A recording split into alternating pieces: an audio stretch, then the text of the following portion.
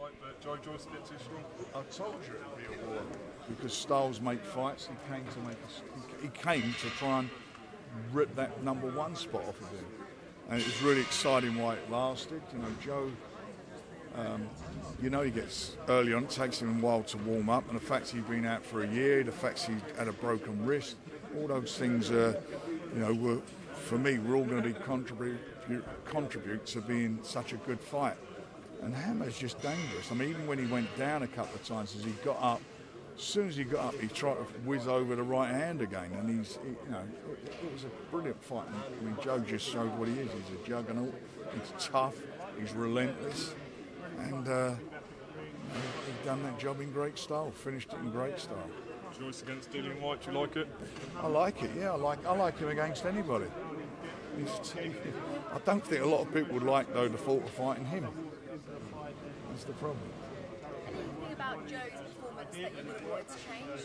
Well, I'd prefer not to get clipped a couple of times, but that is what it is. And as I say, he's been out for a while, and he's said himself there's things he's got to work on. But maybe him getting clipped makes it even a better fight. Yeah. It was very entertaining to watch. But who else on the card were you impressed with tonight?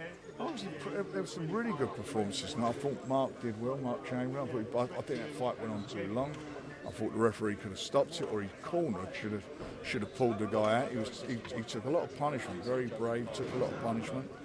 I thought that he made a great debut, didn't he? Tommy Fletcher, he made a really good debut. He was very exciting, and he looks like he's going to be a great addition to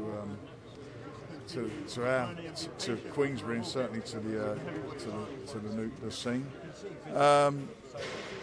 Delani Teti, I mean, he's a tremendous puncher. I mean, that was a nip and tuck fight between him and Jason until he got caught, and he got caught with by a tremendous punch. And it was we've seen him do that before. He did it with Paul Butler a few years ago, and he'd done it again. But Jason's with us. He's a tremendous guy, Jason. I've got a lot of time for him, and we will bring him back again in the autumn and get behind him if he wants to carry on, which I'm sure he will do, and get some more opportunities. And then, as far as Zalani is concerned, he'll get a crack at the world title. Frank, how realistic is it that we can get a name like Dillian Whyte and Joseph Parker against Joe Joyce for September? Well, Joe Parker, we've been down that road. I mean, it's pretty boring now. Look, of course, that's what we're in the business of, making fights. Why wouldn't somebody who's got any ambitions of fighting for a world title, why would they not fight Joe Joyce? He's got the number one spot. You fight him, you've got a chance of getting the number one spot. Who else could he fight apart from White? Anybody in that top 15, top 20. That's what he'll do. How do you think he does against the winner of AJ Usyk, who he'll want next?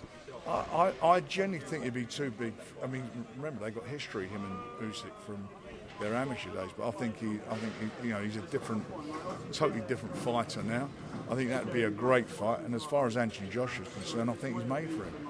I don't see, Anthony Joshua's he's a good puncher, big puncher. He's got a great chin. He's a big puncher, and Anthony Joshua hasn't got a great chin. And he ain't going to have to go and look for him, is he? I mean, he'll be right on him, and he walks you down. He don't take a backward step. So I've got to fancy him big time against AJ. Would Tyson Fury ever be an option for Joe Joyce? That's up to Tyson. Tyson says he's the toughest guy he's sparred with. So at the end of the day, that's up to Tyson. If Tyson does carry on, if he fights and unifies the title, there'll be mandatory defences, and he holds one of the positions in one of the governing bodies with the WBC that their mandatory will be called, and they're going to have to defend it or give up or vacate. Did you say you wanted to make the Dubois rematch next year in the stadium? Yeah, why not? I mean, it's a bigger fight now. It's big. Listen, it sold out last time. We sold it out, I think, in a couple of days before the COVID started. We had to postpone it twice, and then it went behind closed doors. They've come on a bit, both of them, haven't they? One's got they're both ranked number ones, or in Daniel's case, he's got a title. He's got the WBA heavyweight title. Big fights, massive fights. To your knowledge, did Jason great heavyweight fights? Great heavyweight fights to be made. Did Cunningham have to go to hospital after the knockout? Did Jason have to go to hospital after the knockout? I don't know. I haven't been told that. I haven't been, if he has, it'd be as a safety. Frank, is Tommy Fury against Jake Paul dead in the water? Do you think we still see that? If he doesn't get to the embassy in time and doesn't get his Esther, which is what it's all about, then it will be. And we're hoping that's not going to be the case, but understand from Jake's position and his team, they can't hang around and wait. Thank you so much for watching this video, and make sure to subscribe for more videos of your favorite fighters over here on Fight Up TV, and give us a follow online as well at Fight Up TV on Twitter and on Instagram. We appreciate it, guys.